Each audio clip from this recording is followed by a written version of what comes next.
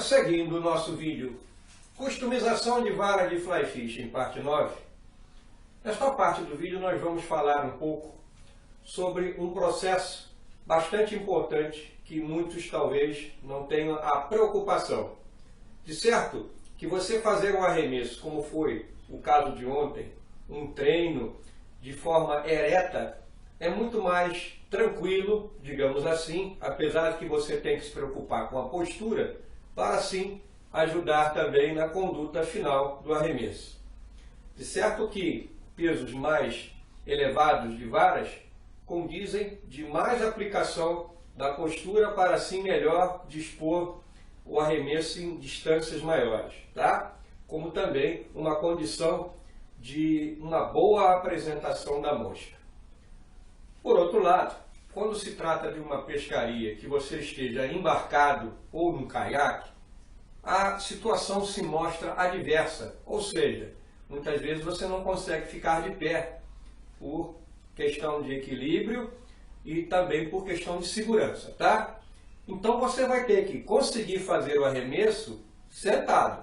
E fazer arremesso sentado, com certeza não é para todos aqueles que assim praticam a modalidade, se não for assim treinado. E o treino preconiza o sucesso na pescaria. Desta forma, então, aproveitando então o horário da manhã, que está sol, eu vou fazer então um treino sentado e de forma a aproveitar então este sentido de melhorar a minha condição, se assim eu precisar estar no ambiente sentado, como num caiaque ou num barco, impedido de ficar ereto. De forma que é crucial você aprender a ter essa conduta em pescar agachado ou sentado por alguns fatores importantes na pesca.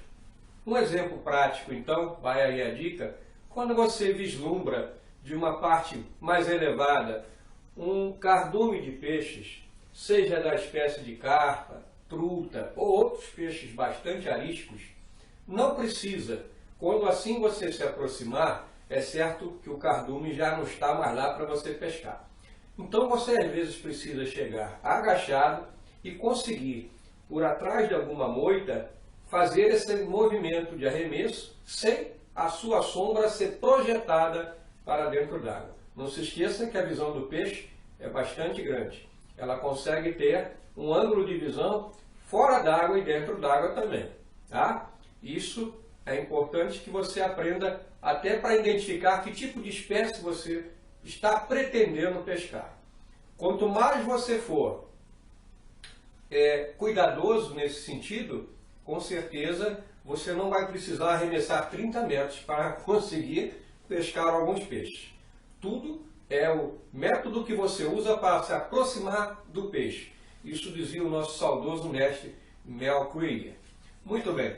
Desta forma, então, vou para um pequeno treino que vai me proporcionar melhoria e continuidade de aperfeiçoamento do meu conduzir o meu equipamento de pesca nesta situação adversa.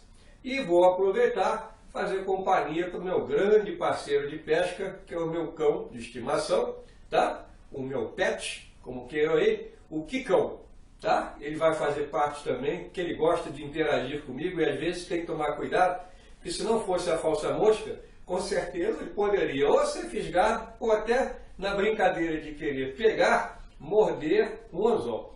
Então eu uso a falsa mosca para esse fim. Como também vou utilizar a mesma linha que eu assim já uso há muito tempo. Fica um segredinho entre nós aí. Quando eu assim não tinha o equipamento de fly, tá? Mas já tinha a vontade de assim poder pescar, de certo que a minha primeira linha de pesca de mosca foi um fio elétrico flexível, emendado com 3 bitolas, tá? De forma que eu comecei a fazer um prelúdio de arremesso.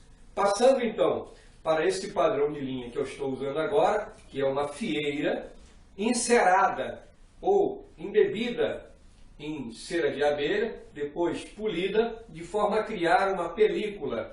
Segue muito o padrão utilizado em linhas trançadas que são vendidas para a finalidade de pesca com mosca em varas de bambu, tá? É um padrão clássico e muito utilizado para a pesca de mosca seca ou ninfa, naquela época bem dos primórdios da pesca com mosca.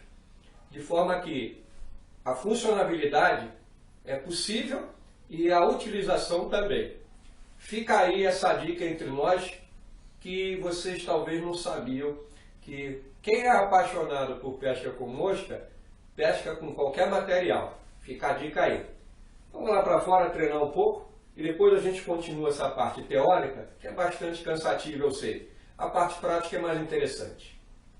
Já na parte externa da minha residência, posicionei uma cadeira de forma que eu possa então tirar proveito da sensação ou uma ideia de pesca embarcada, como no assoalho de um caiaque ou até uma aproximação de um barranco onde vislumbramos um cardume e precisamos então ter a consciência de mantermos agachados para que a nossa silhueta, sombra, ruído ou qualquer outra condição possibilite que o cardume se afaste, evitando a chance assim de nós podermos ter a condição de fisgar algum peixe. Me posicionei então na cadeira de forma confortável e com a mão direita segurando a vara de pesca e a esquerda a linha, iniciei com um pick-up e um false cast para assim alongar a linha e entregar a mosca em um ponto específico. Lembrando aos amigos de pesca ou que me prestigiam que eu estou num ambiente adverso, ou seja, estou com enroscos na esquerda, direita e nas minhas costas, tendo que ter a expertise então de utilizar técnicas de arremesso como lateralizar a vara e usar um arremesso chamado Snake Hole Cast, ou seja, um arremesso que me favorece a ação da linha não ir muito para trás, ou seja, enroscar no muro que se encontra atrás de mim. Outro arremesso que faço em sequência seria o Hole Cast, que ajuda bastante então esta condição também. Ótimo de se treinar tanto em pé quanto sentado. Os arremessos seguintes que nós precisamos fazer, como o Overhead Cast ou Forward Cast, são importantes, assim, observarmos se a condição de vento, que no caso eu tenho, preciso abrir então um pouco mais o ângulo de cast ou de vara, que eu preciso colocar aproximadamente a 2 horas, evitando com isso o problema do vento, como também o problema do enrosco que se encontra atrás de mim. Desta forma, então, continuando com a mão direita, procuro acomodar os meus arremessos, mesmo com um certo desconforto de que o risco de enroscar é grande, mesmo cruzando a vara para a posição esquerda, ou seja, inclinando um pouco e tentando ganhar alguma vantagem para um arremesso em curva, ou arremesso chamado curve cast. Mudo então a mão para a mão esquerda, que melhor me condiz aí nesta condição de afastar o meu arremesso de enroscos que venham a existir quando assim arremessando com a direita. Desta forma posso entregar a mosca numa condição bastante favorável, quando assim previamente determinei pontos específicos que assim elas precisam cair. Isso nós podemos fazer até colocando alguns círculos no chão em vários pontos, determinando assim esta condição de precisão de arremesso, fundamental para quem está treinando. Outra observação que eu creio que vocês devam estar aí se perguntando é por que eu não olho a parte de trás do desenrolar a linha.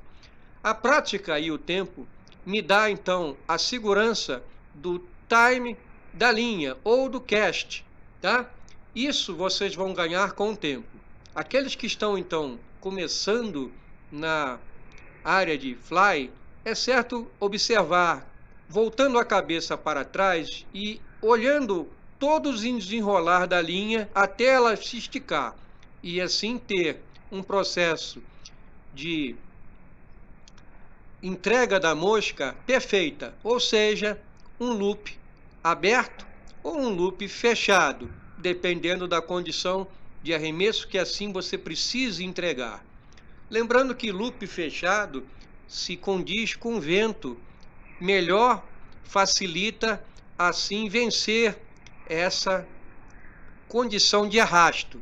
Loops abertos você pode até conseguir quando a condição de vento é praticamente nula, tá?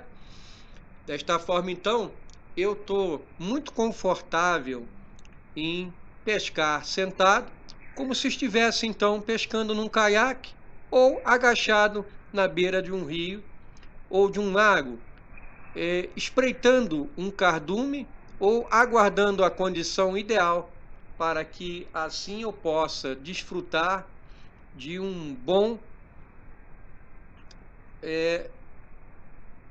ponto de fisgada ou uma boa apresentação de mosca que nós precisamos ter se assim treinarmos para tal. Com isso, já nessa condição de mudança de câmera, vocês podem observar que a minha frente possui a esquina da minha residência, como também o gradil que divide o meu jardim. Entre os dois, eu tenho um espaço de aproximadamente 3 metros. Com isso, eu procuro utilizar as técnicas de arremesso que disponho e treino para assim colocar a mosca junto ao gradil, ao meio dos dois obstáculos, como também colado à parede da esquina, utilizando o curve cast. Com isso, é certo que quando eu estiver no ambiente natural de uma pescaria, como num mangue, numa região costeira de pedras, ou até num paliteiro de represa, com galhos espalhados no meio de ambientes aquáticos, como também alguma vegetação aquática que possa vir dar enrosco, nós saberemos colocar a mosca precisamente na boca do peixe. Já nesse momento descontraído do meu treino, aparece então o meu grande amigo e companheiro, já de 8 anos, o Kikão, um cachorrinho que a gente adotou. A minha esposa então pegou na rua, estava perdido, abandonado, e assim se tornou o nosso cão de estimação. Ele veio interagir comigo, achando que conseguiria talvez pegar a falsa mosca. Como vocês podem perceber aí, eu sempre sou mais rápido do que ele. Ele não consegue assim pegar a falsa mosca. E mesmo que conseguisse, não sofreria nenhum dano, porque ela não possibilita assim machucá-lo de forma nenhuma, não é? Não tendo gap nem fisga. Desta forma, então, começa a ficar entediado e me solicita a abertura do quintal ou da área do gramado que está na parte de trás do gradil. Paro então meu treino para assim atender a solicitação desse meu querido amigo de 4 patas. Vamos lá, rapaz. Sigo então no final da tarde, com esse sol ainda que está se pondo, mais alguns arremessos, e vocês podem ver que depois de algum tempo se sente uma certa tranquilidade, mesmo com vários obstáculos à minha frente, costas e lado, dando então a segurança que só o treino assim possibilita. Quem assim gosta de pescar com mosca, é certo dizer que não há necessidade de você comprar grandes equipamentos de alta linha de qualidade. Isso você pode fazer com o passar do tempo, buscando depois a excelência com a idade. Materiais de baixo custo, linhas de treino, tudo isso pode ser muito bem resolvido e assim afinar o pescador ou mosqueiro para quando puder e tiver condição de ter um equipamento de médio a top. Creio que vocês entenderam o que eu quero dizer, não é? Após retornar desse treino prazeroso, que nada mais é do que colocar a teoria que nós estamos debatendo na prática, ou seja, construir a nossa vara e colocar em teste ou em pescaria. Eu posso afirmar a vocês que quando vocês compram uma vara de linha de produção, ela não tem assim uma especificação tão boa. Quando você já encomenda uma vara em uma pessoa que simplesmente faz aquela vara para a sua finalidade, com a sua especificação de materiais, já tem uma relevância muito grande. E mais ainda quando você que está me assistindo faz a sua própria vara para pescar. Eu sou testemunha viva disso, como alguns outros mestres que me acompanharam são também. Não tem prazer maior do que você assim construir a sua mosca, a sua vara de pesca e colocar à prova. E quando assim você é brindado com um troféu, um grande peixe, o prazer é inenarrável. Vamos entender então os outros itens que compõem as partes finais de acabamento do nosso equipamento de pesca. É certo dizer que para assim agregarmos os itens no nosso blank, é necessário que nós utilizamos então uma cola. Essa cola então que é utilizada geralmente é a resina epóxi. A resina epóxi ela tem uma variação de modelos, marcas e qualidades. Pode ser resinas que tenha uma secagem lenta até 24 horas, como tem resinas aí de 5 minutos, ela já está curada. Aí é que vem o grande perigo.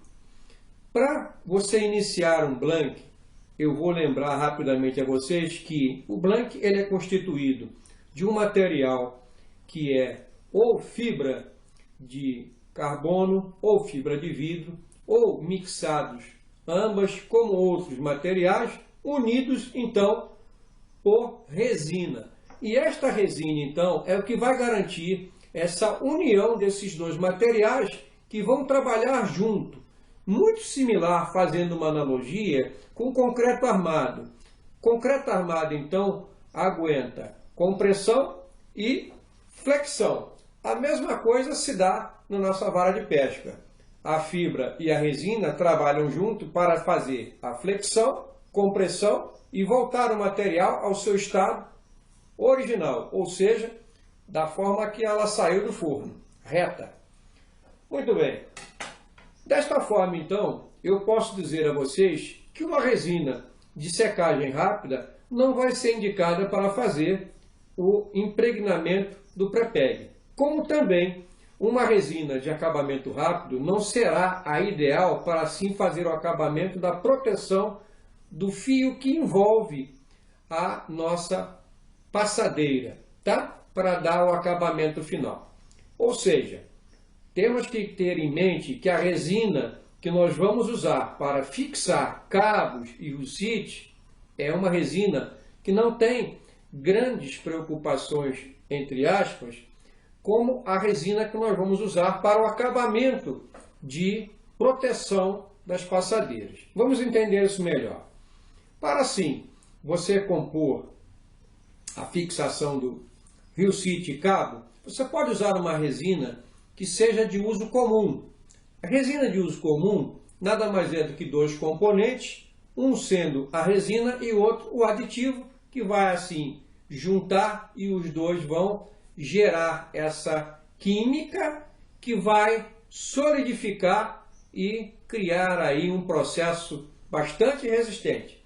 Eu posso dizer aí a vocês que aqui no Brasil nós temos uma resina muito famosa chamada Araldite, como esta outra aqui também bicomponente, um componente A e B, de uma marca daquela Supercola, também funciona, como outras qualquer aí que nós temos no mercado de pesca esportiva. Já para o fato de você usar o acabamento final para revestir a linha ou o fio que envolve a fixação da passadeira, precisa ser uma resina que seja bastante flexível, porém que tenha uma resistência, tá? Que ela seja transparente e que não sofra amarelamento, ou seja, ela com o contato com a luz solar ou com o passar do tempo, ela não fique amarela, destoando então o processo de acabamento da vara de pesca. E para isso você precisa comprar alguns padrões de resina. Eu já usei então esta resina aqui que vocês estão vendo, como também tem a Rod Coat ou a Rod Dancer, ou outros tipos de resina que eu já utilizei na minha vara, que foi a minha primeira vara de pesca, foi uma resina francesa, que agora eu não me recordo porque já tem mais de 30 e poucos anos que eu fiz essa customização. É certo que eu não vou lembrar que tipo de resina, mas sim a procedência. Foi uma resina francesa. Talvez até nem exista mais. De qualquer forma, a resina ela precisa ter, então, esse cuidado para fins distintos. A resina que você vai utilizar para fixar o cabo e o reel-sit pode ser uma resina de uso comum. Já a resina para o acabamento da proteção da linha precisa ser a resina específica. Vocês aí no mercado da pesca nacional vão conseguir encontrar padrões de resinas como esse que eu citei. Desta forma, então, nós precisamos, utilizando a resina, medir e dosar a mesma. É certo que vocês precisarão, talvez, usar ou duas ampolas diferenciadas, uma para cada tipo de componente, componente A, componente B, não pode misturar, senão dá problema, ele cola, adere e aí você perde a ampola. A ampola ela vem graduada de forma que você coloque a mesma quantidade do item A e o item B. Podemos usar também potinhos, como este aqui, de medidas graduados, ou utilizar a balança de precisão para assim fazer a dosagem e o peso específico, quando assim vamos colocando a resina, tá? De forma que você assim possa saber aferir um e outro. Com a dosagem perfeita, nós vamos então fazer o processo de mistura. Desta forma, nós podemos utilizar então uma folha de papel alumínio para assim colocarmos na nossa mistura de ambos os componentes da resina epóxi para serem misturados. Ou também utilizar copinhos descartáveis de café, que também são bastante úteis.